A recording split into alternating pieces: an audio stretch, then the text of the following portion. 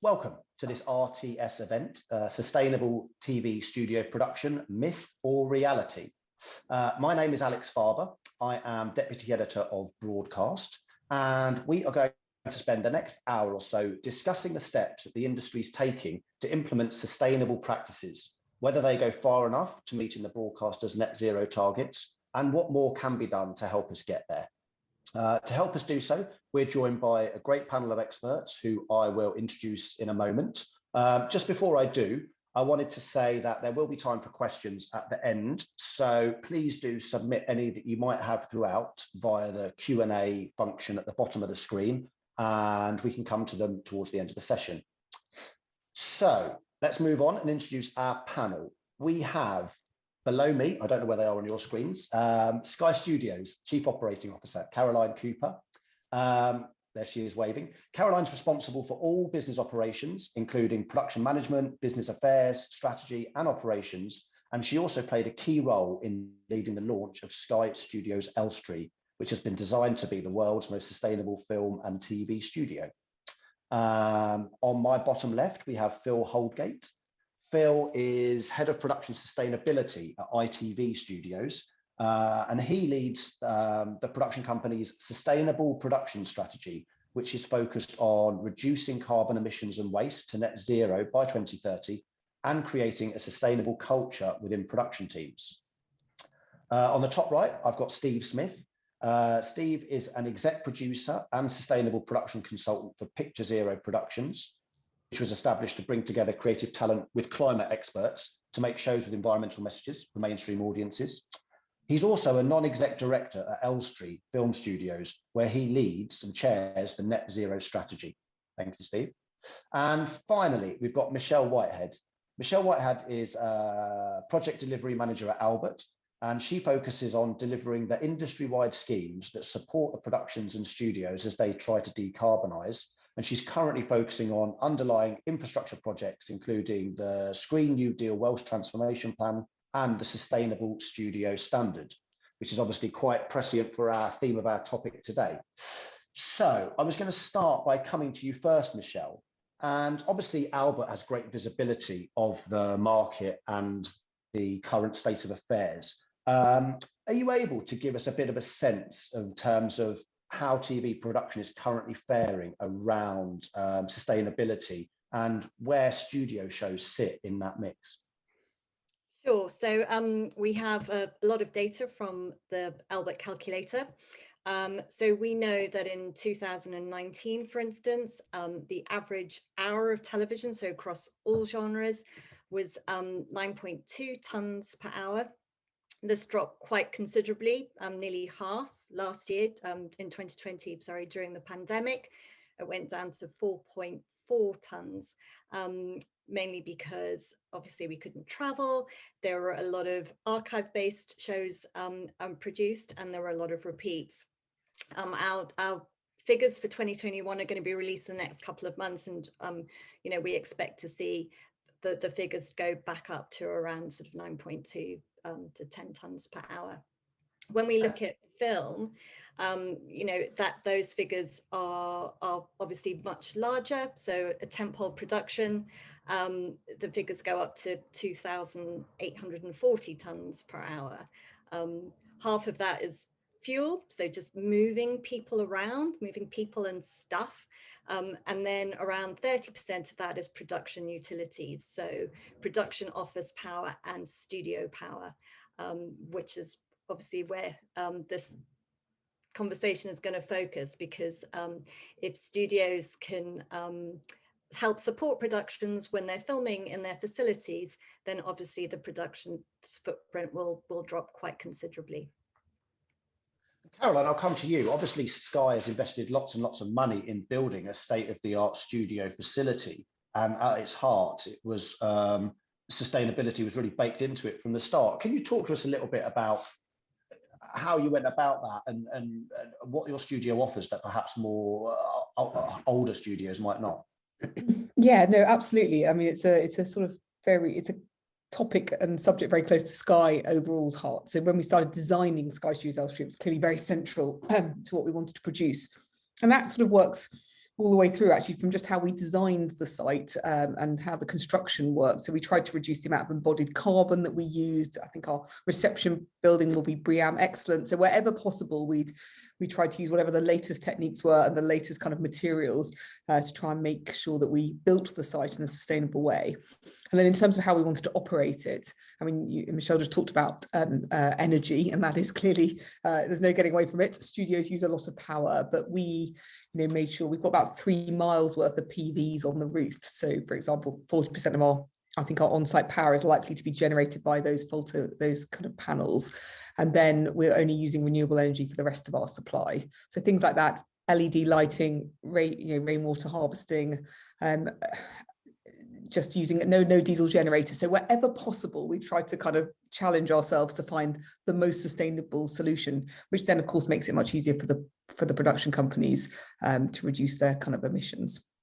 Yeah, I mean, do you have any sense of how impactful it is? I mean, is it a case of, what role does the producer play? Is it a case of finding a sustainable studio? And I know Elstrie's got work underway as well. We'll come on to that in a minute. And then you're kind of, you're halfway there, or is there only so far that the studio can take you? I mean, I think we can contribute to part. I mean, I think all studios have taken on the challenge, right? And I think we can talk about Elstree as well. In terms of trying to make themselves as sustainable as possible. I think we have got an advantage in that we're new and we haven't opened yet. So I guess we haven't sort of seen it quite in action yet. But so we can help with part of the value chain, but obviously there are lots of other factors that we can't necessarily influence in terms of, I guess the amount of travel that a production needs to undertake, flying people around, getting people to site. So we can try, we've got like electric sort of charging stations, as many as we can fit in really. And we've put in place a travel plan to help people make it easier to get to the sites sustainably. But, we all have to play our part, but I think there's no one single kind of silver bullet to this. And Steve, talk to us a little bit about Elstree and the steps that you've been taking there with a view to trying to make it a more sustainable home for shows. How far along are you on that journey? And as a sort of legacy site, as opposed to, as Caroline says, a ground up site, what are some of the challenges that you face? Right, well, I mean, our site in parts dates back nearly 100 years. We're celebrating our centenary, I think, in a couple of years' time. And although we've got 2 brand new sound stages which open this summer, so they are eco-friendly and the latest in terms of building standards. But for us, we've got a mix of buildings, and so we've just undertaken a real kind of thorough deep dive into what our carbon footprints are. And we've created a decarbonisation plan. So there are some short-term goals that we need to all do. So things like simply being able to control our energy use. So timers on energy control, so that we can turn heating off when people aren't using the buildings, thermostat controls, buildings that are older need to do that. Then retrofitting, thinking about where we might need to double glaze and those kind of things. The Insulate Britain campaign, we might not like their methods, but the message is right, not just for homes, but also offices. We need to sort of retrofit and insulate. And then we're going to be working on a plan of how we can replace things like our gas boilers for heating and air conditioning, so as we start to sort of get to the end of their lives, they'll be replaced with electronic heat pumps. We're working on plans to do that for 3 of our sound stages at the moment. And basically, we are now committing to being net zero in 2030. So we're trying to follow the BBC's net zero targets, because BBC Studio Works are one of our big clients. So ensuring that we can align our ambitions to that. Because I think one of the things that's going to be really important for our industry is all the broadcasters have got really challenging and ambitious net zero targets. But a large amount of our emissions come from the supply chain. So for Sky and for BBC to achieve their targets, all of us who create content and work with these broadcasters are going to have to do our bit. And that's where I think Elstree can help. We can help the producers that come to work with us do their bit as well. So let's talk about that. Phil, I'll come to you if I may. Obviously, as Steve articulates there and Caroline, the studios are doing their bit and they are focused on getting to 2030. To net zero by 2030, and I know that is a goal of ITV Studios as well as a group. But day to day, when people are coming in and making productions, what's the kind of challenges that they face, and to what extent how converted are they to really, reaching that goal? And talk to us a little bit about some of those things you faced. Yeah, I think culturally, one of the most pleasing parts for my role, and I say this with a global perspective. So we operate in 13 different countries, and whoever I've spoken to, it's like being pushing against an open door. People want to do more. I think the challenge comes when it affects them and they have to do something different on a personal level for their job, and it's one very, very important topic to them personally. But it's up against that challenge of very, very busy working days, very stretched budgets, for example. And so it's trying to find that balance of, I think, finding what it feels like it's achievable for them. But is that enough to get us to where we need to get to? I'm not sure. So then to go back to Steve's point, it was a really eloquent point to say, the supply chain has a huge part to play. And I know from an ITV perspective, 98% of our environmental impact sits with our suppliers, not with us directly. And so I think that the idea of collaboration and working together, so that if a production team comes to a studio, everything's there that they're going to need. And we've got a great example from the Sky setup there, that we know it's possible. It's not cheap and it takes time, but we know that we can get there. And so I think from a sort of long-term outlook, studio-based shows are very much part of the solution. So I think there's a great opportunity there. I think challenge-wise, it's time and money, as is with everything. So yeah. I think finding ways to address that are really important. And what are some of those stumbling blocks that people come up against that you try and help them navigate when they're putting together studio productions? Yeah, so I think set construction's a huge thing for studios. The way we've built sets hasn't really changed in sort of 100 years, and making stuff out of timber, quite challenging to do anything with that, especially if it's just a one-off show. And trying to break it down takes time. Do people have time, or are they gone? Are they onto their next job? And so go back to my previous point, I think if there are the right waste compounds on a studio facility, for example, that's really helpful. But also maybe an education thing to say, potentially you don't have to make the sets in the same way that we always have done. Actually, can we construct them in a slightly different way so they're easier to come apart? Can we look at the materials we're using? I know we've been piloting ITV Studios the use of a hybrid composite cardboard material, really strong, really light, and pretty cheap. But especially for those one-offs, you can make it, and when you're done with it, it can go in the regular recycling waste stream, turn into new products. So you're starting to get to that idea of circularity, which is super exciting. So I think challenging the norm, educating people, and just showing what the new art of the possible is, combined with a fantastic studio setup, which we know is something that's possible, then you get into as a really sustainable production. Caroline, why don't you pick up on the recycling piece? Because I know that's something that you're quite passionate about, isn't it? Yeah, absolutely. We hear a lot about it from producers who all, I think, genuinely want to do as much recycling as possible. But as Phil says, it's time and money. They're in and out. I mean, we see tight turnarounds to get people out of the studio overnight for the next person to come in. So there is sometimes a limit to what can be done. And we haven't announced all of this yet, so but it's in train. We're looking to partner with some people to try and help that process. We can help sort of take the set off you and recycle it. I mean, some sets are sensitive, of course, but where it's possible, we'll try and facilitate that. We're going to look at whether we can store stuff for people, just to try and make it a bit easier for stuff that could be reused, or that we can take out to kind of universities or film schools who need stuff to practice with and train with. So we think there's quite a lot of opportunity, but of course it's a bit easier if we can make it, to Phil's point, easier for the production.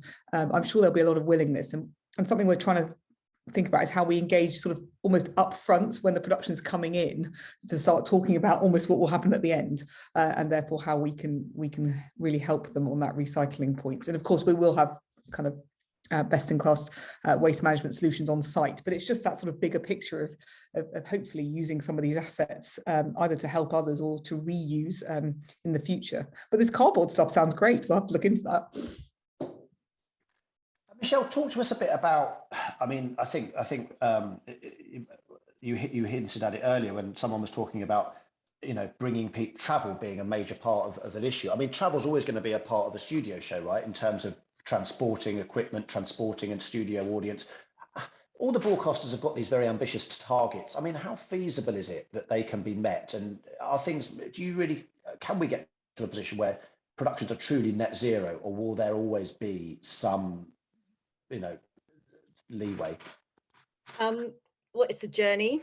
And I think, you know, we need to look at what we can do quickly, you know, what are the quick wins and what are the longer term sort of goals that we need to aim for that maybe require a lot more sort of capital expenditure, for instance. So how do we build that into people's plans? So one of the things that Albert have recently created is the Studio Sustainability Standard. And we worked with a working group, all the companies on this panel were part of that, but we worked with a lot of big UK studios, a lot of US studios and producers, the British Film Commission and the BFI. And we created this framework for studios that really looked at all the opportunities that studios can take. So we across 5 different areas, so climate, nature, circularity, people, and data.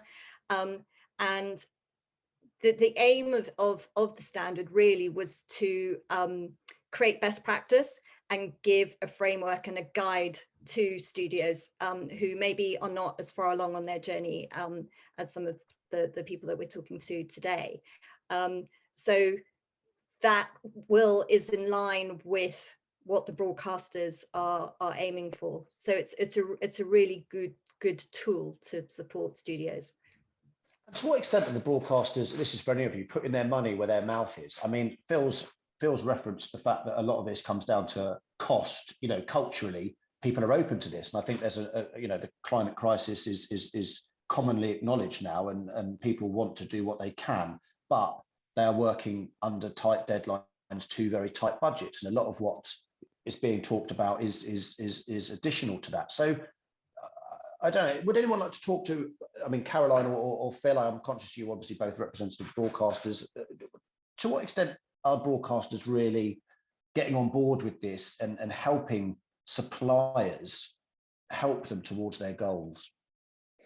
I mean, if I talk about a Sky Studios Austria, I'd say we absolutely are. I mean, I don't think we could come up with a commercial model that would have necessarily supported the investments we've made in making that studio as green as possible, and some of the kind of actions that we've taken. So we didn't look at it through that lens. It obviously would have cost less to build a studio in a slightly, you know, but we did that, for us was never an option. So we never sort of, I guess, we always were, it was such a key principle to us that it almost didn't have a kind of budget against it. We just wanted to do the best that we could. So I'd like to think that we have heavily invested in that. And similarly, yeah, of course, productions do run on tight, but we are very clear with our production. So when we're working with indies, you know, what the principles we expect, and them to be kind of sort of Albert certified and all the rest of it. So we would always support that. Like, we've never, you know, if someone comes to us and it's going to cost more to do something a certain way, you know, I've never heard us say no.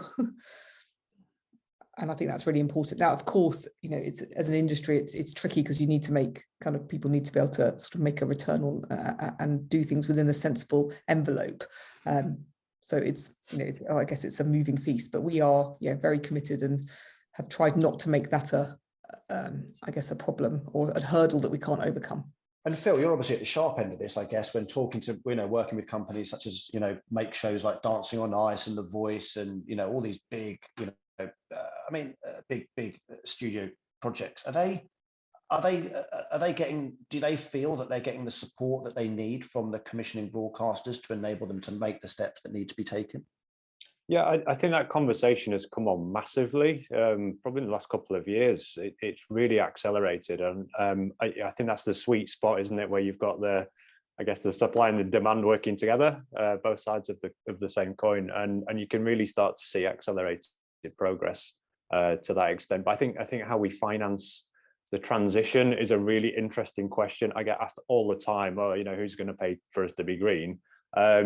My background is in production finance, and so it's one of my favorite questions to send the challenge back to say, well, what, you know, talk me through it. What makes you think it's going to cost more? Because potentially, if you're being less wasteful and more efficient, you might actually save a bit of money. Who knows? So I think with anything, with any production, it's about finding a balance. What can you afford to do? But also as a sector and as an industry, how can we all work together to make sure that the sustainable business as usual model is actually affordable as well? And I think that's the challenge. We need to find something that works for to meet all of our requirements. But definitely the conversation has shifted massively in the right direction.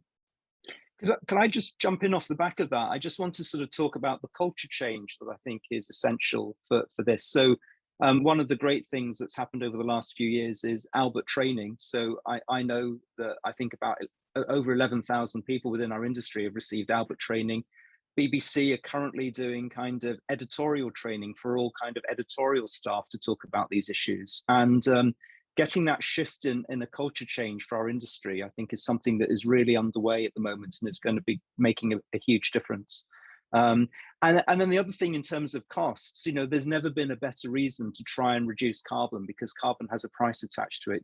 We've got our energy crisis, which we talk about from a domestic perspective, but the cost of energy is really going to have an inflationary impact on our industry. I know that the likelihood over the next few months is that some of the studio power charges are probably going to triple. And of course, if we can find ways of saving energy, then that's going to help save and reduce budgets as well. What do you anticipate? Go ahead, Phil. Sorry, Alex, I'm just going to jump on what Steve just said. Please. There. If you flip that round into an opportunity, the business case for investment in something like on-site renewables, generate your own electricity, all of a sudden, that's become really appealing. The payback period is a lot shorter as well. You can tell I'm a stubborn optimist, Alex, but always looking for a good opportunity in there. So, hey, we might see some accelerated progress out of a pretty dire situation with the energy market. Yeah, Elstree, we've now the business model for us putting solar panels on the roofs of our, the payback I think will be within a year, whereas before it was 4 or 5 years. So there's every reason, and we're going to be going ahead and doing that as soon as possible. Because what's the implications if your energy bill triples? That those costs filter down through the industry, right? Yeah. And once it becomes a financial imperative, once there's a financial incentive, people are more. Again, that all feeds into it. I mean, do we need more incentives than just the price of energy is going up, so we better do something about it? Or it feels a little bit like people are generally on board with this anyway, but I'm conscious of the time, effort and thinking that's required. Is there a need for more incentives? I mean, Michelle, maybe you could address that. I don't know. Do you feel like there's is it happening organically, if you forgive the phrase? I think that it is happening organically. I think that the TV industry are really inspirational in coming together and collaborating on this. It doesn't happen in many other industries. So I think that we are quite ahead of the curve. TV people are creative people, and if they can make something happen, it will happen. I think, Phil spoke about the power of collaboration. I think that's really what we've got going for us, big time. And Steve, one thing that you touched on was I think it was Steve, sorry, apologies, was the suppliers and the way in which producers' suppliers in turn are often a big net contributor. So what do those conversations look like? How do you navigate the conversations with your suppliers as a production business? Well, I think it's really key to sort of make sure that you have those conversations with the supply chain. Increasingly, production companies are doing Albert. They've got sustainability policies. The most important thing is to talk about it. Talk to your catering company, your kind of kit hire company, your LED lighting company, and try and make sure that they're all aware of your ambition, and see how, again, we can collaborate together to reduce emissions and to lower those things. The other thing to say is there are some brilliant suppliers in terms of innovation. Our industry is going through a huge transformation in terms of innovation. So, whether it's kind of virtual technology to allow you to not have to travel, studios are very versatile spaces. You don't have to sort of necessarily go to the jungle. You can bring the jungle to the studio, things like that. you know, power suppliers. There are lots of innovation going on in the power sector as well. You know, hydrogen generators instead of diesel generators. So there's an awful lot going on. I think the virtual production point's a really interesting one. You're talking about carrot and stick. At the moment, it's kind of quite expensive. Some of the really full fat kind of volumetrics, but I'm sure that will come down over time. But it's actually made people's life easier for some people, and you can see how that might work going forward with locations when you need to go back again, and actually that's not practical. Now you can use kind of LED walls to help sort of recreate, and I think the travel implications of that are enormous over time. And as it becomes more accessible to a wider range of productions, I'd like to think that that'll be a real opportunity to look at things quite differently in terms of how you schedule in your show and what you do where. So we'd hope to be on the right side of that as well at Elstree. Yeah, I think, you know, this is the other side of it, isn't it? A lot of these things, because they're requiring new ways of operating, it comes down to individuals to deliver and to execute and to think about these plans, and you know, production management is at the forefront of this kind of stuff, isn't it? Phil, you talked about your backgrounds in that space, and I'm conscious that it's not the only thing that production managers have got on their plate, with whether it's, you know, diversity, or whether it's you know, training, or whether it's a talent crunch. And we hear about production managers coming under increasing amounts of stress. How can you alleviate sustainability being another cross for them to bear? How can you help people through that process? Yeah, it doesn't get any easier, does it? Absolutely, there's a lot of challenging issues out there, and this is another one. I kind of always joke with people to say my career ambition is to become unemployed, because then it's, you know, like job done kind of thing. And I think my personal vision is where sustainable production just becomes production, and to that extent, my job needs to be everybody's job. And that's where I think, you know, good quality training. So the Albert training is just how I got hooked on the subject in the first place. So I'd be an advocate to that till I'm blue in the face.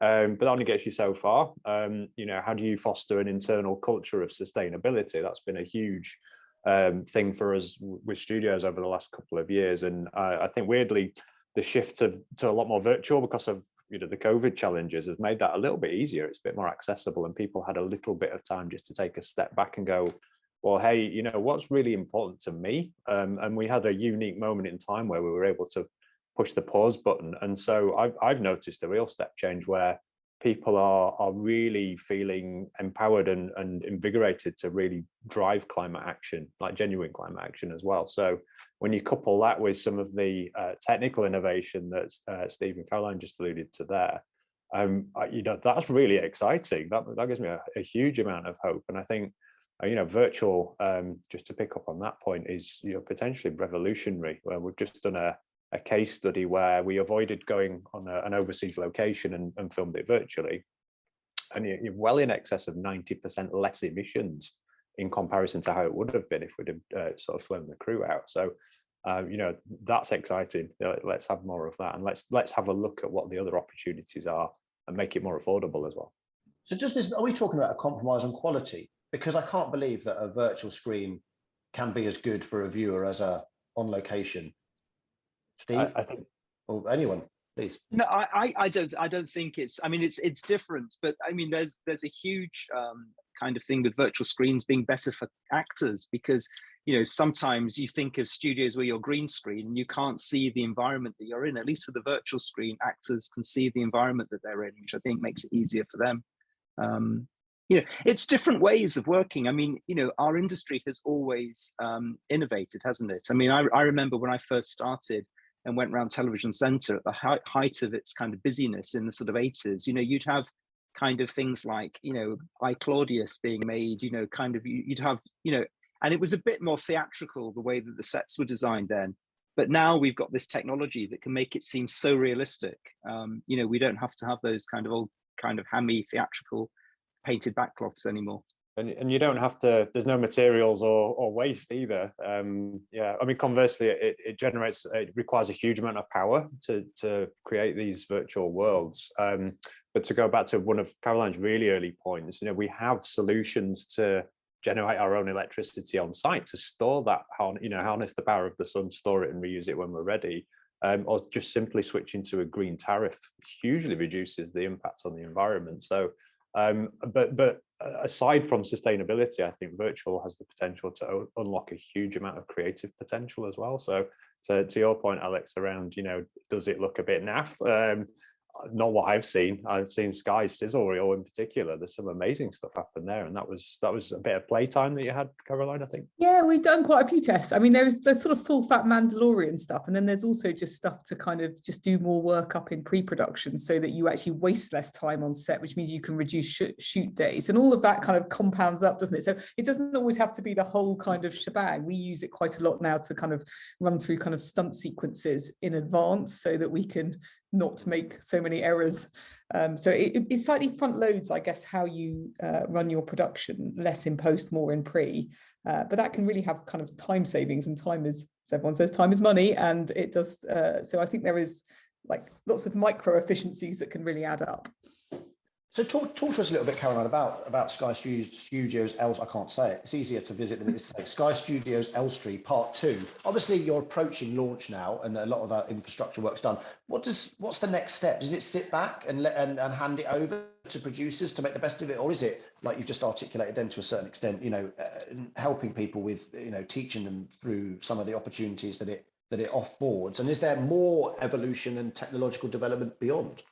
I mean, I really hope so. I don't know. We will never we've got to get it open. So number one challenge. But once we've done that and we've got people through the door, I hope actually that once it's operational, that will actually throw up more opportunities than we can kind of see ahead of us when we're kind of in a planning stage. So as I mentioned, we've got exciting plans around waste management and recycling that we haven't implemented yet, but I'm hoping that there's scope there.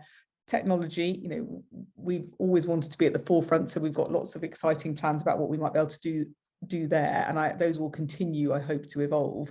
And I just hope that, and I know that the way that we've kind of sort of set the challenge to ourselves, that the team will be very focused on making sure that the productions that come in kind of benefit from us, and that we can kind of share best practice with them. I mean, we're going to have a lot of internal production in there anyway, which is actually helpful because it means we can kind of work upstream with those teams to really kind of build in the emphasis. So I'm definitely not standing still on this. And as I said, I hope when we open and we're kind of operational, just more opportunities will present themselves. So we'll keep pushing on that. I think this is a never-ending journey, really. It's a work in progress for us and everyone else. Can you give us any sense of what some of those sort of technological innovations you've got your eye on are? Well, I think virtual production is the obvious one that we're keen to kind of explore, how we can kind of facilitate that at our site, and also just facilitate thinking about getting more people comfortable with it, because a lot of the challenges around some of these new technologies is they're quite nascent in some cases. They're not everybody's cup of tea.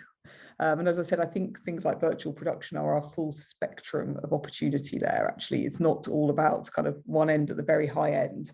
And we're thinking about how we can kind of maybe bring some testing in so that people can kind of play with stuff. And I hope maybe not at site, maybe where, back at our own base, just to kind of open up that world a bit more. Philip, do you hear skepticism from some of your partners, Phil, around? Yeah, I mean, it's I guess some of it's human nature, isn't it? We're not always too sure about things that we don't know about. We've had a really interesting couple of days test shoot recently in a much more compact virtual setup up in Yorkshire, and that was really interesting. So the team got in there, didn't really know what to expect, but they came out of the end of the second day filming absolutely buzzing. They loved it, and once they got their head around what it means for them and their role. And we're not talking about, nicking anyone's job or anything like that. It was all about, wow, look at the opportunities. This is the future. In part, there's going to be times for traditional studio location filming, etc. But to back to my previous point, I think that the potential that it could unlock is like super exciting. So I think once people see it, and I go talking about the cardboard sets as well. You say, oh, make a set out of cardboard.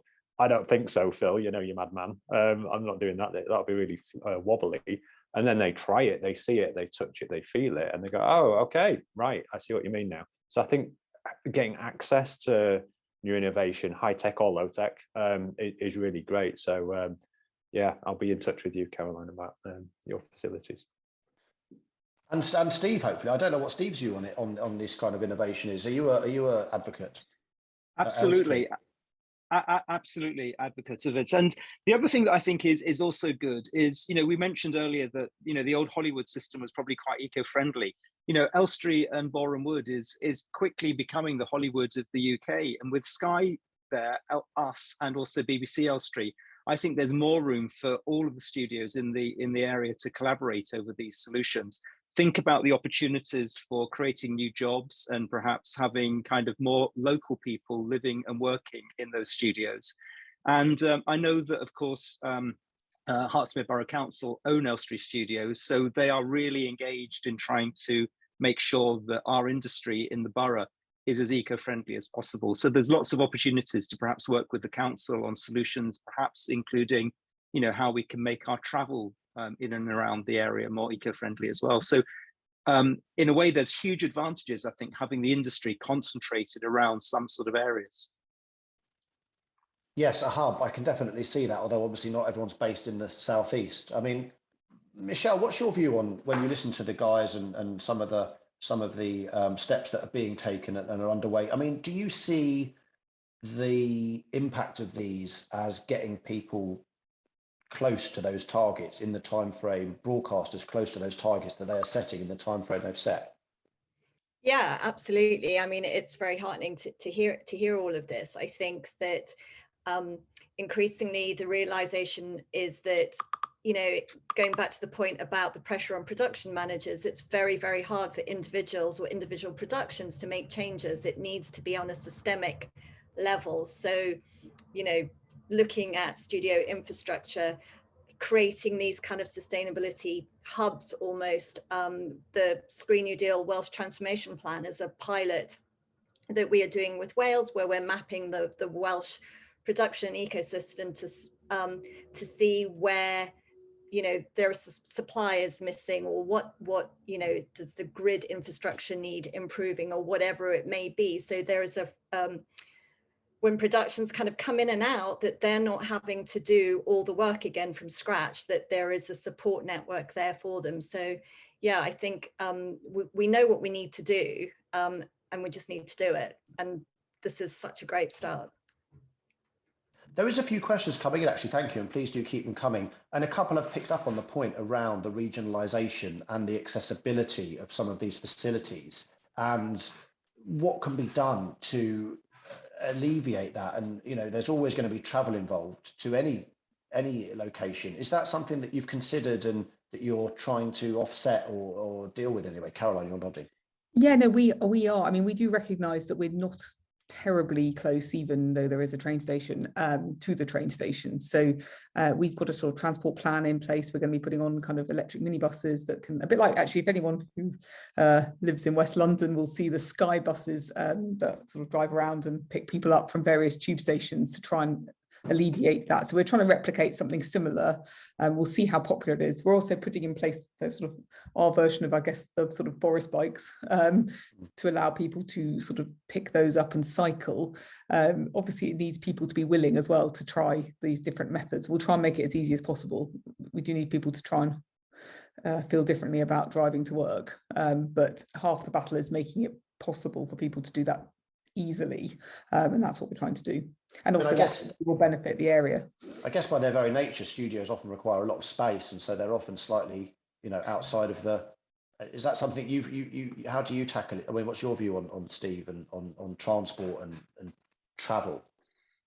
Yeah, you're right. Because you need the space, you're often outside of city centres, and I think, you know, we have to work harder on encouraging people to use public transport to try and make sure that those facilities and infrastructure exist there.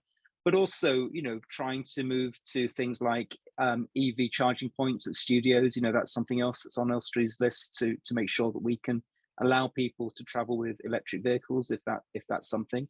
And I think it's also worth remembering it's not just down in Elstree in the southeast in Boreham Wood, Salford, Dock 10, lots of the studio facilities outside of London, huge work going on in Scotland. Screen Scotland are spending lots of time and money investing in these areas. Studio infrastructure across the country is being revolutionized, and I think that's important. 100%.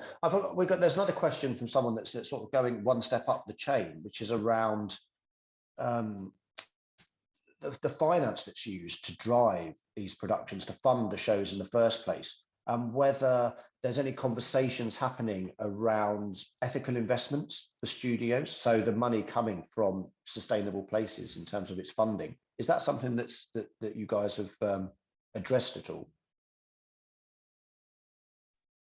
I don't mind picking that one up, Alex. So it's not a direct answer to this question, but I think that you're going a little bit further up the scale up chain.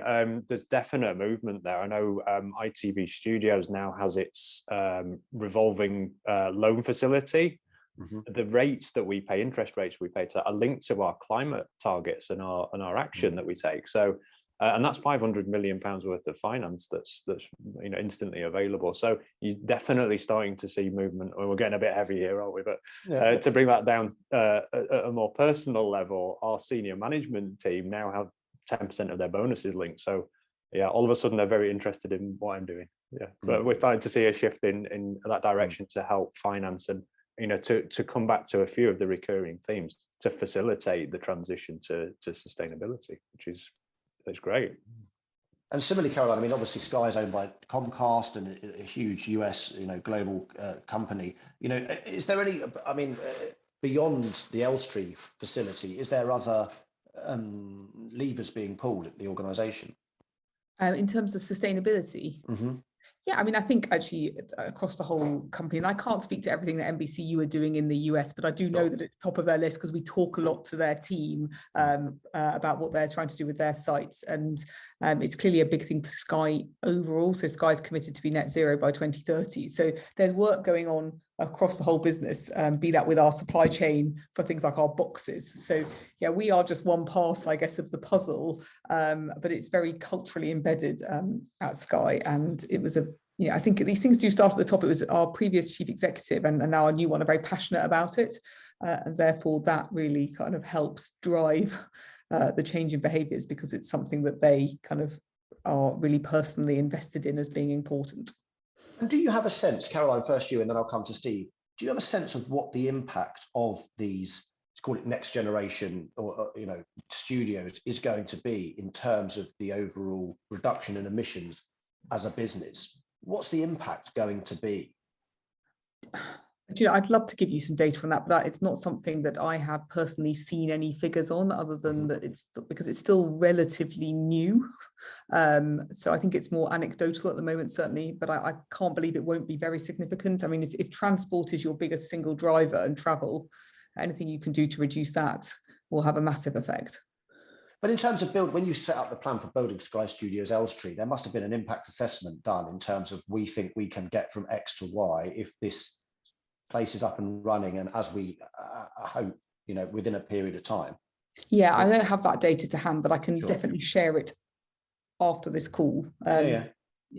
I just want, and I'm trying to, again, Steve, I'm just trying to get to the bottom, trying to drill into a little bit in terms of the impact that the work you're doing is going to have, and I wouldn't necessarily expect to have precise numbers to hand, but I just wonder, in terms of getting to that 2030 net zero, how far along does the studio piece of work take you? We think we can make some really big and significant reductions in our emissions very quickly, because there's quite a lot of low-hanging fruit. I mean, if we can, a lot of older buildings, don't have the control over their energy, and we've all been to those buildings in the middle of the summer where you've got the windows open and the radiators on. So if we can kind of make sure that we put in place those measures to kind of reduce our emissions from energy use, I think we can probably get to a good 40% reduction of emissions very quickly. 40%, wow, that's quite significant. Yeah. Alex, if I can jump in as well, one of the outcomes of the studio standard, by collecting all this data, we are going to be able to start benchmarking studios, and in October we'll be releasing sort of an annual report around the studio standard. So that will be a really good way for us to be able to track the impact of all these improvements.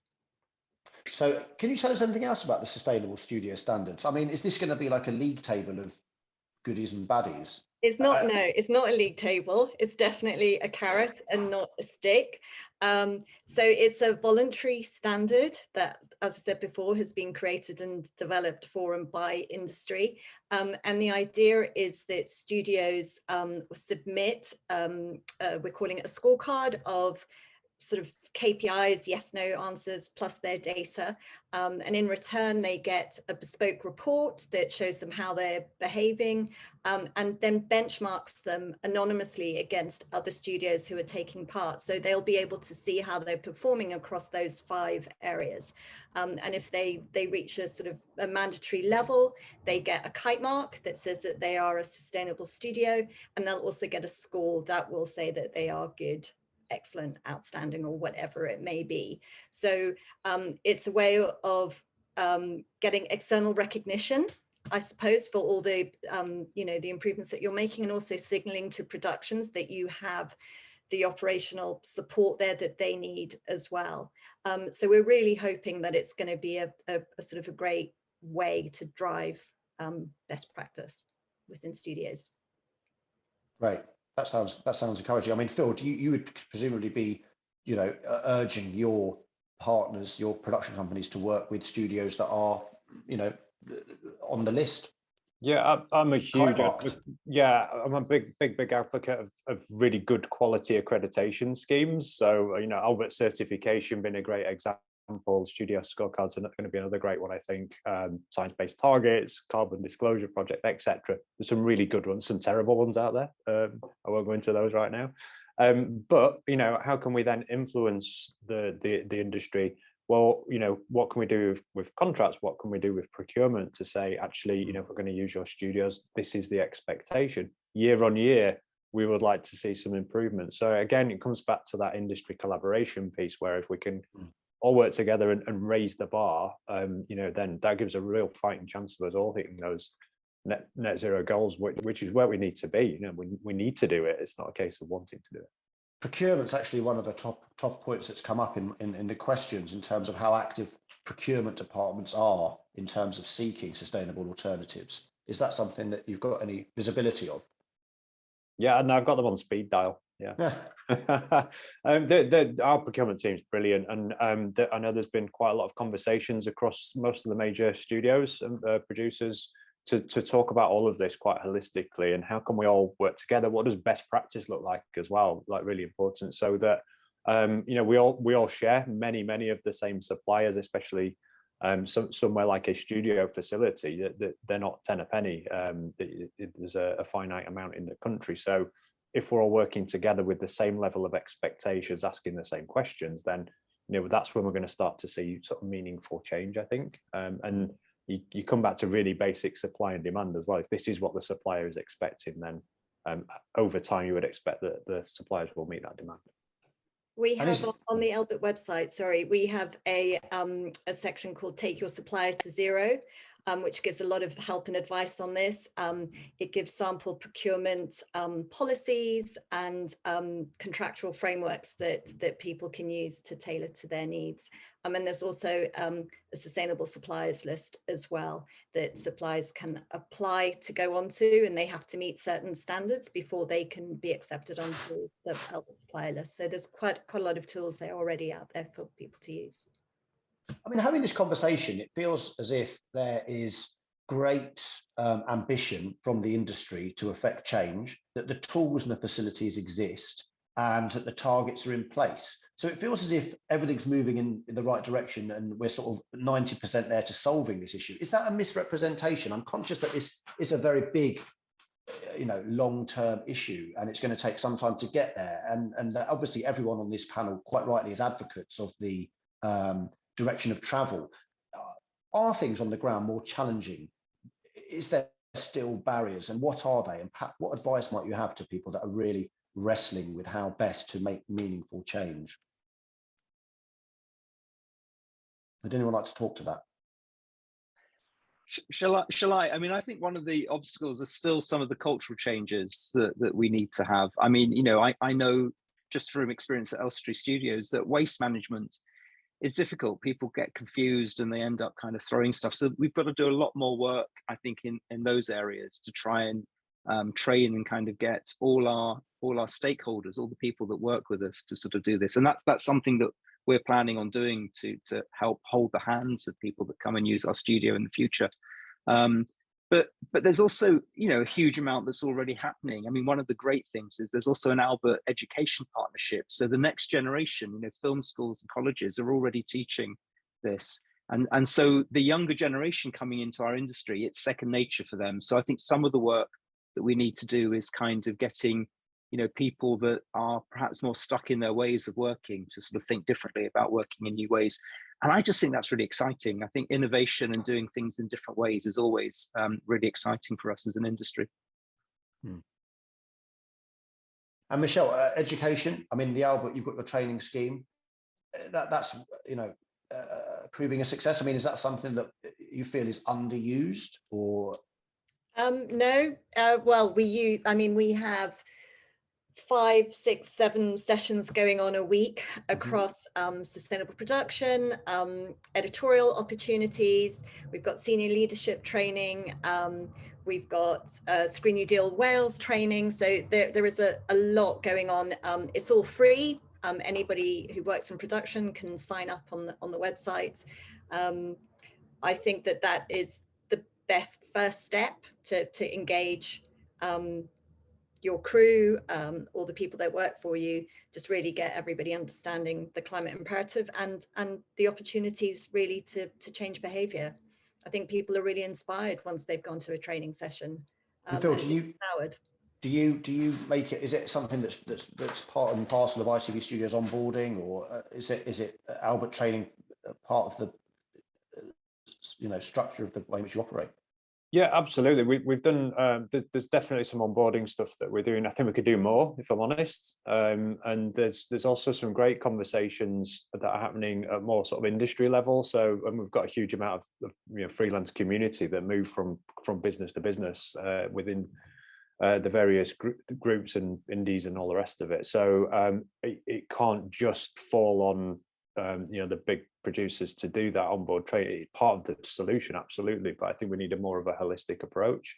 And I'm starting to see that. So, you know, the number of startup meetings I've been to where, you know, first question is, do you know what Albert is? Yes, I've used it. You know, that's never happened before. So it's like, oh, I was on a BBC shoot and I did this. So we're starting to see that that transition.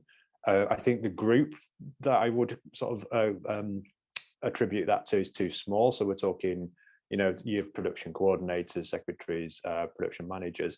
I think the next challenge is, okay, how can we engage with a much broader group? So how about your electricians, your construction teams, you know, real change makers in waiting, if they are educated and informed as to some of the alternatives and the right ways to do things. And, you know, if we see the success that we've had with previous schemes, with previous groups, then that's a great model to follow, I think. So yeah, it's a really interesting time, but there's not a one-size-fits-all solution. And whose responsibility is that wider education piece around sort of broader suppliers? Does that sit with the production company? Does that sit with the studio or the broadcaster? Whose kind of responsibility is it to educate? It's everyone's. It's got to be everyone's. You know, I think to go back to my previous point, you know, it needs to be everyone's job to be sustainable. And you know, I think it needs to be coming from everywhere. Otherwise, there's potential for a bit of a get out clause. It's like, oh well, you're telling me this, but they're not telling me the same thing. So I think we need to be really joined up. But you know, through collaboration, we can see accelerated progress. So. Okay, I've got another couple of questions come in. Printing of scripts and running orders in the studio environment. How problematic is that, and is anything being done to address that? Yeah, I mean, it's happening. You know, I think increasingly productions are having an opt-in policy for scripts. So the default is that you'll get these things digitally, you know, and it's only if you kind of request one that you'll get it printed. And of course, there's lots of good reasons, security, when you think of some of our big sort of drama productions and soaps, we don't want storylines and plots leaking out. So it's much easier to keep things secure if you can do them in a digital way. And likewise for contracts and other things, that's now the default, I think. Mm. Yeah, again, I think, maybe COVID's helped a little bit with that. We didn't want tactile surfaces that people were touching. So, okay, well, what are the alternatives? I know we've been using Adobe Sign for the last couple of years to great effect, and that's driven down a lot of paperwork. But for example, Emmerdale production is now completely paperless. And the cultural shift has gone towards digital devices. And that's just, business as usual now. And I'm shocked and surprised and delighted that that's the case. So we've now got a methodology and a solution in place that other people can take inspiration from as well. So definite shift in the right direction there. And similar to the conversations around have you used Albert before, we're now starting to see crew coming in saying, oh, I've brought my own device with me. I don't even need to borrow one. I'm used to working in this way. I prefer to work in this way. So yeah, there's a definite shift in the right direction there. Wonderful. And Michelle, I think I'll just wrap up by coming to you and just getting a bit of a sense. Obviously, Albert's come up multiple times. It's great to hear that it's being increasingly widely adopted. If we get to the point where the net zero 2030 targets have been met by the TV industry, will that have made a difference? Will that have made enough difference? And, or is it an ongoing conversation and battle? What's your view in terms of whether those targets are achievable, and if they're reached, whether that means enough has been done? I think a lot of work has gone into setting those targets. There's a lot of kind of data crunching that's happened, so people understand what they need to do to get to that point. Will it make a difference? Yeah, of course it will make a difference. We need, as an industry, to do our bit, but we need to see every other industry also doing their bit. And have they been adopted by all the major broadcasters? Yes. Right. What? Sorry, Albert or net zero? Net zero. Most of them have set their targets, but not all. So it would be good to see all of them signing up. Yeah. A level playing field would be good for the industry, I think, as well. And again, sort of accelerating progress in that respect. But to go back to Michelle's point, I think if we don't have a huge footprint in the grand scheme of things, as an industry, but if we can lead the way for other sectors to say, well, actually, we've got training, we've got accreditation, we've got collaboration. This is a way to get to where you guys need to get to as well, and we can share that with you as a model. That's pretty inspirational stuff, I think. So yeah, interesting times. Could I just jump off the back of that and just say that every industry has to get to net zero, so that's really important that we join that kind of march to zero. But I think our industry also has another bigger role to play, which is how we can inspire through content on screen. And so, we talk about carbon footprints a lot, but what's the carbon brain print? How can our industry inspire other people to reduce their carbon footprints? And so, we have things like planet tests that come into our editorial content now. So again, something I know that Sky, BBC, ITV, they're all very passionate about. So how can we help audiences understand the sort of transition to a sustainable future? And that's a huge role that we have. Wonderful. Well, I think that's a great place to leave it, with the educational and inspirational role that the industry can play, and everyone here is playing their part in that. So thank you very much, everyone, for joining us. Thank you for your great questions, and thank you to the panelists. And I look forward to seeing you again in the future. Bye-bye. Thank you.